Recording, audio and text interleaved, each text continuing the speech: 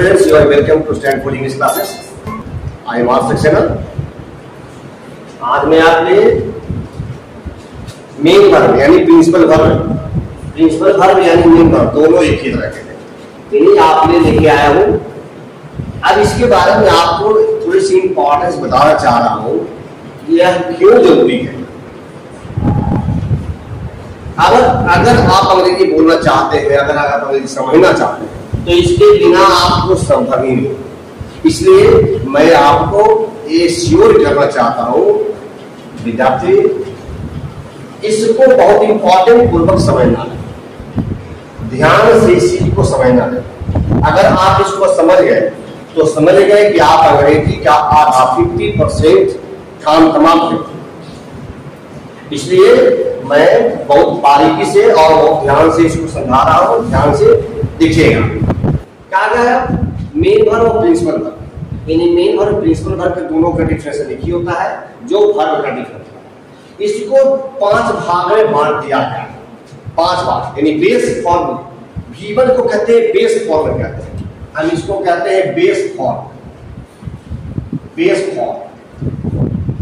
जो वर्ब होता है स्टार्टिंग में जो होता है उसको बेस फॉर्म कहते हैं, यानी V1 को बेस फॉर्म कहते हैं। अगर कोई दुनिया में वर्ड वर्ब का काम कर रहा है तो उससे 5 फॉर्म में बदलना पड़ेगा ही, यानी 5 फॉर्म में रहता ही है, यानी V1, V2, V3, V4, V5। जैसे मैंने एग्जांपल लिया ईट, अब इसको 5 form V1, V2, V3, V4, V5, जैसे ईट, एट, इटन, ईटिंग, इट्स। अब आपके सामने थोड़ी सी अंतर है, अगर ध्यान देंगे तो V4 और V5 यानी V5, ये दोनों को याद करने की जरूरत नहीं बल्कि बनाने की जरूरत है। आपको केवल याद करना है V1, V2, V3, यानी जितने भाग। तो अगर V1, V2, V3 याद कर लेते हैं तो V4 और V5 आप बिल्कुल बना सकते हैं।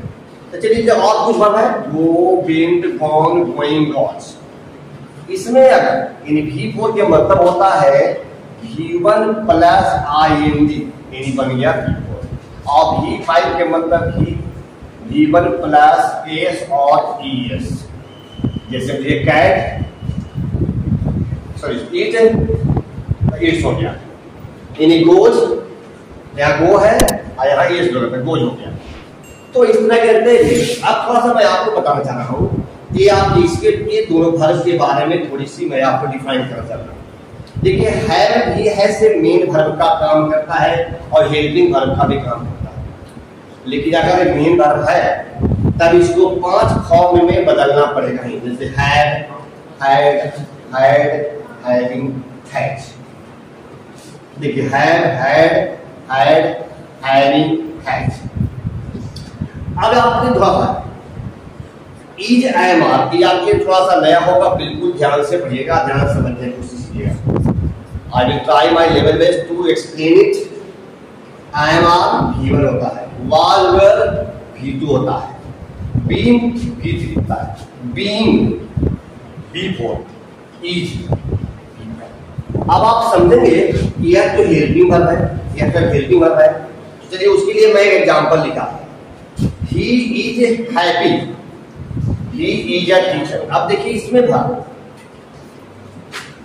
ये बात आपको पहले मैं वीडियो सेंटेंस में बता चुका हूं, जो वीडियो मैंने बनाया था सेंटेंस के बारे में, उसमें बताया थे कि बिना वर्ब का सेंटेंस नहीं बनाया जा सकता है, यानी वर्ब होना जरूरी है। वर्ब की उपस्थिति सेंटेंस में है तब वो सेंटेंस है।